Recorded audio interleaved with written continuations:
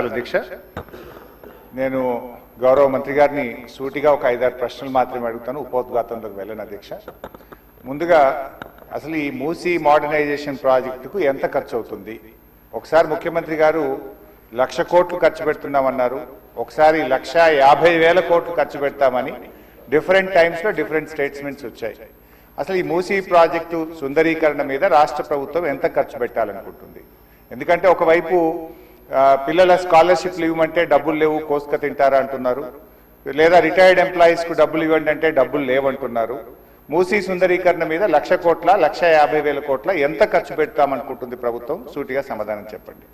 2, ఇప్పటి వరకు మూసీ సుందరీకరణలో ఎన్ని నివాసాలు కూల్చివేశారు? ఆ కూల్చివేసిన నివాసాలకు 2013 భూసేకరణ చట్టం కింద పాత ఇండ్లకు కంపెన్సేషన్ ఇచ్చారా? వేజ్ లాస్ ఇచ్చారా? లేదా సింపుల్ గా కేసీఆర్ గారు కట్టిన డబుల్ బెడ్రూమ్ ఇళ్లలో అసైన్మెంట్ చేసి పంపారా? 2013 భూసేకరణ చట్టం ప్రకారంగా 14.5 లక్షల రూపాయల డబ్బు ఇవ్వాలి వాళ్ళకు, పాత ఇంటికి R&Bతో ఎస్టిమేట్ చేసి డబ్బులు ఇవ్వాలి, అదేవిధంగా సెలబుల్ రైట్స్ తో కూడినటువంటి 200 గజాల స్థలంలో కట్టిన ఇల్లు ఇవ్వాలి. ఆ రకంగా ఇచ్చారా? ఇవ్వలేదా? ఇస్తే ఎప్పట్లోకి ఇస్తారు? ఎన్ని నివాసాలు కూల్చారు? ఇంకా మీరు ఐడెంటిఫై చేసి కూల్చవలసిన ప్రభుత్వ ప్రైవేటు ఇల్లు ఎంత భూమి ప్రభుత్వ ప్రైవేట్ సేకరిస్తున్నారు? సమాధానం చెప్పండి. నంబర్ 3, గౌరవనీయులు మంత్రి గారు మాట్లాడుతూ ఆన్సర్ సిలో ఏమన్నారంటే హెచ్ఎండబ్ల్యూఎస్బి నీటిని హిమాయత్ సాగర్, ఉస్మాన్ సాగర్ లో పంపిణీ చేయడానికి చేపట్టింది. మూసీ నదిలోకి ఎప్పటికప్పుడు విడుదల చేయడానికి 2.5 టీఎంసీలు రిజర్వ్ చేయడం జరిగింది అన్నారు. అంటే స్వచ్ఛమైన గోదావరి జలాలను మూసీలో వదులుతామన్నారు, సంతోషం. మరి ఈ 2.5 టీఎంసీల గోదావరి జలాలు ఎక్కడి నుంచి తెస్తున్నారు? గత ప్రభుత్వం కాళేశ్వరంలో భాగంగా నిర్మించిన మల్లన్న సాగర్ నుంచి నీళ్లు మూసీకి తెస్తున్నారా? ఇంకెక్కడి నుంచైనా గాల్లో నుంచి తెస్తున్నారా? ఆ 2.5 టీఎంసీలు కాళేశ్వరం ప్రాజెక్టులోని మల్లన్న సాగర్ నుంచి వస్తున్నాయా? ఎక్కడి నుంచి వస్తున్నాయో సమాధానం చెప్పండి. తర్వాత అధ్యక్ష, ఈ మూసీ మీ నియోజకవర్గంలోని వికారాబాద్ నుంచి ఆ అనంతగిరి కొండల నుంచి స్టార్ట్ అవుతుంది. గత ప్రభుత్వం మూసీలోకి మురికి నీరు రాకుండా ఉండాలని దాదాపు 32 ఎస్టీపీలు కట్టాం. అందులో ఒకటి మన వికారాబాద్ దగ్గర కూడా ఒక ఎస్టీపీ కట్టాం. ఇవాళ ఆ ఎస్టీపీని మెయింటైన్ చేయక మోటార్లు బీకేసిండ్రు, గడ్డి పెరిగింది. ఆ ఎస్టీపీ ఫంక్షనల్ చేయక వికారాబాద్ మున్సిపాలిటీ మురికి నీరంతా ఈ రోజు మనం తాగుతున్న గండిపేట హిమాయత్ సాగర్ లోకి వస్తున్న విషయం ప్రభుత్వం దృష్టికి వచ్చిందా? ఆ ఎస్టీపీని ఎందుకు మెయింటైన్ చేయడం లేదు అని నేను అడుగుతా ఉన్నా. గత ప్రభుత్వ హయాంలో మేము మూసీలోకి మురికి నీరు రాకుండా ఉండాలని 32 ఎస్టీపీలు కట్టాం. మరొక 39 ఎస్టీపీలు కట్టడానికి కేంద్ర ప్రభుత్వానికి అమృత్ పథకం కింద మేము ప్రతిపాదనలు పంపాం. అవి మంజూరు వచ్చాయా? ప్రారంభించారా? ఏ దశలో ఉన్నాయో సమాధానం చెప్పండి. తర్వాత అధ్యక్ష, చివరి క్వశ్చన్, మరి మొన్న వరదలు వచ్చినప్పుడు మూసీ గేట్లు ఒకేసారి తెరిచి ఉద్దేశపూర్వకంగా ప్రజల ఇండ్లు మునిగిపోవాలి, రోడ్లు మునిగిపోవాలని ఈ ఉద్దేశపూర్వకంగా గేట్లు ఎత్తి ముంపు గురి చేసిన విషయం ప్రభుత్వం దృష్టికి వచ్చిందా? ఎందుకంటే పైన ఎంత వర్షం పడుతుంది, ఫ్లడ్ ఎంత ఉన్నదో చూసుకొని ముందే గేట్లు కొద్దిగా ఎత్తితే స్లోగా గ్రాడ్యువల్ గా ఫ్లడ్ బయటకు పోతుంది. కానీ గేట్లు ఆపిపెట్టి ప్రాజెక్టు మొత్తం నిండిన తర్వాత ఒకేసారి గేట్లు తెరవడం ద్వారా ఓఆర్ఆర్ యొక్క మరి పక్కనుండేటువంటి రోడ్లు కానీ ఓఆర్ఆర్ యొక్క మన పక్కనుండే రోడ్లు, ఇండ్లు ముంపు ఉద్దేశపూర్వకంగా కావాలనే ప్రభుత్వ పెద్దల యొక్క ఆదేశాలతో ఈ గేట్లు ఎత్తి ముంపు గురి చేసిన విషయం ప్రభుత్వం దృష్టికి వచ్చిందా? ఎందుకు ఆ రకంగా గేట్లు ఎత్తారు?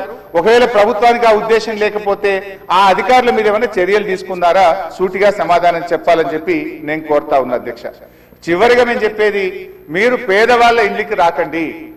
మూసీ సుందరీకరణ పేరిట పేదల ఇండ్లు కూలగొడితే బీఆర్ఎస్ పార్టీ సీరియస్ గా వ్యతిరేకిస్తుంది. అవసరమైతే బుల్డోజర్లకు అడ్డంగా పడుకోనైనా అడ్డుకుంటామని గతంలో చెప్పాం. ఖాళీ స్థలాలు ఉన్నాయి, మీరు ఖాళీ స్థలాల్లో దాన్ని డెవలప్ చేయండి. మూసీలోకి గోదావరి నీళ్లు తెండి, మురికి నీరు లేకుండా చూడండి. కానీ మూసీ పేరిట పేదల ఇండ్లు కూలిస్తే మాత్రం బీఆర్ఎస్ పార్టీ ఎంత మాత్రం ఒప్పుకోదని మీ ద్వారా ప్రభుత్వాన్ని తెలియజేస్తున్నాం. శ్రీ కె శంకరయ్య గారు. అధ్యక్ష ధన్యవాదాలు. మూసి పునర్జీవ ప్రాజెక్ట్ చేపట్టడం ఈ మహానగరానికి మంచి శుభసూచకం. ఇప్పుడే కానీ ఇటువంటి కార్యక్రమం చేపడతా ఉన్నప్పుడు కొన్ని అడ్డంకులు వస్తూ ఉంటాయి, కానీ ప్రజలు చాలా ఆనందంగా ఉన్నారు. ఈ మూసీ నదిని ఏదైతే ప్రభుత్వం ఆలోచన చేస్తూ ఉందో అది ముందుకు తీసుకుపోవాల్సిందే. దానికి పూర్తిగా ఈ ప్రజలు సహకరిస్తూ ఉన్నారు, కానీ కొందరు ఇబ్బంది పెడతా ఉన్నారు. అయినప్పటికీ ఈ ప్రాజెక్టు పూర్తి చేయాల్సిందిగా కోరుకుంటున్నాం. శ్రీ కాలేరు వెంకటేశ్వర్.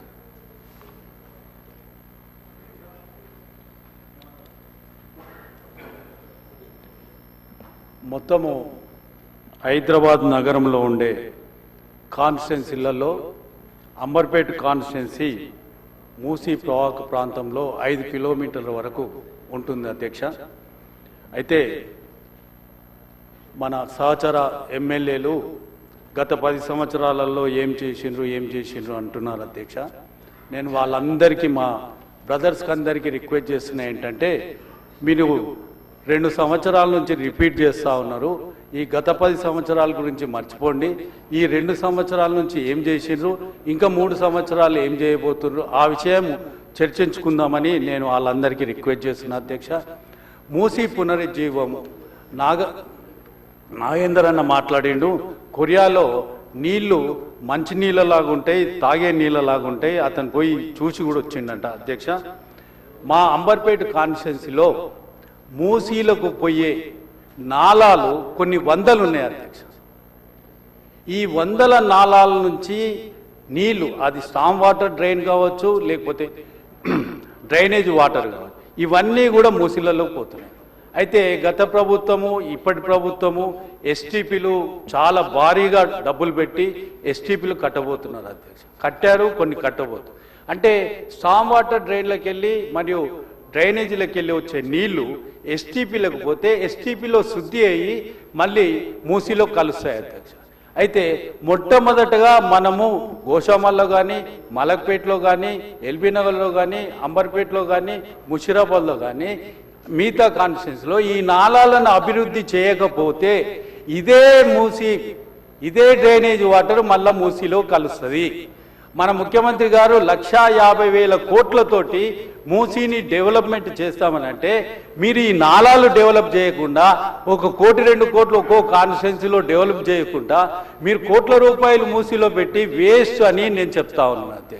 ముందు మీరు కాన్స్టిట్యున్సీలలో, గల్లీలలో స్టామ్ వాటర్ డ్రైన్లు, తర్వాత డ్రైనేజ్లు ఇవి స్టడీ చేసి వీటిని మొత్తము ఎస్టీపీలలోకి ఎట్లా పోవాలి, ఆ ఎస్టీపీలలో ఎట్లా శుద్ధి కావాలి, ఆ తర్వాత మంచి వాటరు మూసీలో కలవాలని మేమందరం కూడా కోరుతా ఉన్నాం. అయితే నేను ఒక 10 నెలల క్రితము ఇక్కడ ఆఫీసర్స్ ఎన్క్లోజర్లో ఎండి గారు ఉన్నారు అధ్యక్ష, వాటర్ వర్క్స్ ఎండి గారు. 10 నెలల క్రితము మా దగ్గర ఒక 10 కోట్ల రూపాయల వర్క్స్ డ్రైనేజు, స్టామ్ వాటర్ డ్రైన్లకు నేను అప్లై చేస్తే, ఎస్టిమేషన్స్ ఇస్తే